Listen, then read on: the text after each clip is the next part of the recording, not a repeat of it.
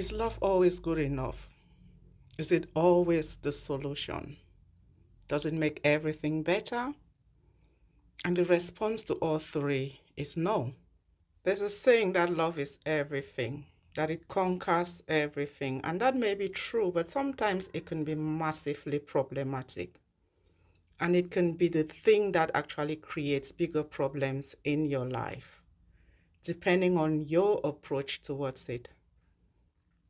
A lot of us are obsessed over the things that we love because of our own imbalance internally, inability to hold our boundaries around those loving things or lovely things or loving people.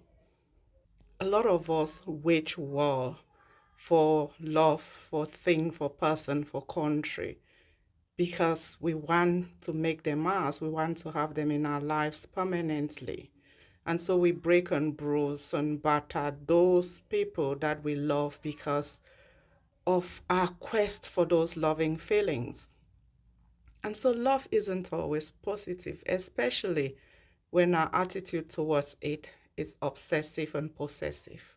When we want to keep people in cages so that they'll always be there where we want them at the times when we want them.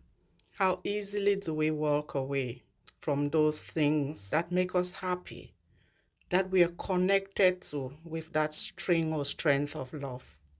Sometimes we become possessed by the things that we love that should be making our lives easier, better, not miserable. We obsess over, we control, and we manipulate and we hurt the people that we love, all in the name of love. So is it always positive? Is it always the solution? No, it isn't. Sometimes it creates bigger disconnects than the connections that we seek, all based on our attitude towards it. Whether it's love for a car or a place or a person or a thing, if it becomes obsessive, if it starts to overcome all the other beautiful things in your life, then what's the point?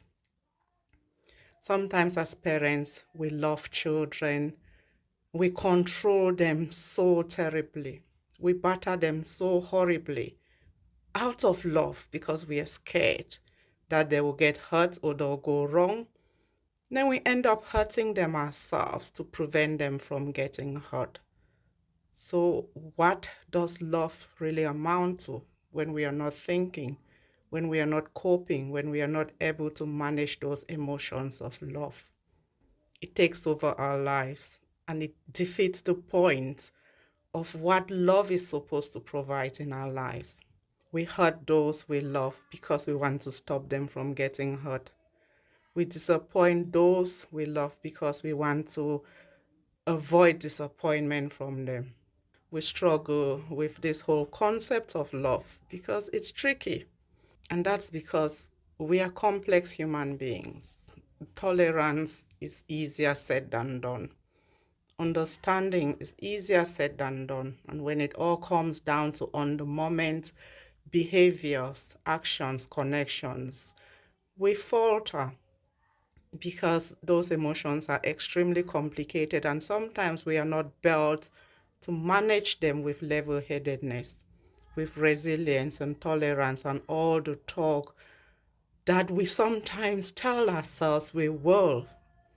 All of those actions we promise ourselves we will do, the restraint, the compliments, the tolerance, the forgiveness, and everything goes out the window when you're in that position of actually dealing and coping and receiving all of those things. But that's why we have to build those things intentionally at times when we are not yet suffering or giving or pushing or struggling. That's the only way we can start to really think about those things and act more appropriately when it comes to our loved ones, our attachments to them, and how we balance those emotions and those people and those things so that we can fall without making everyone fall with us, so that at least someone will be standing long enough to help us back up.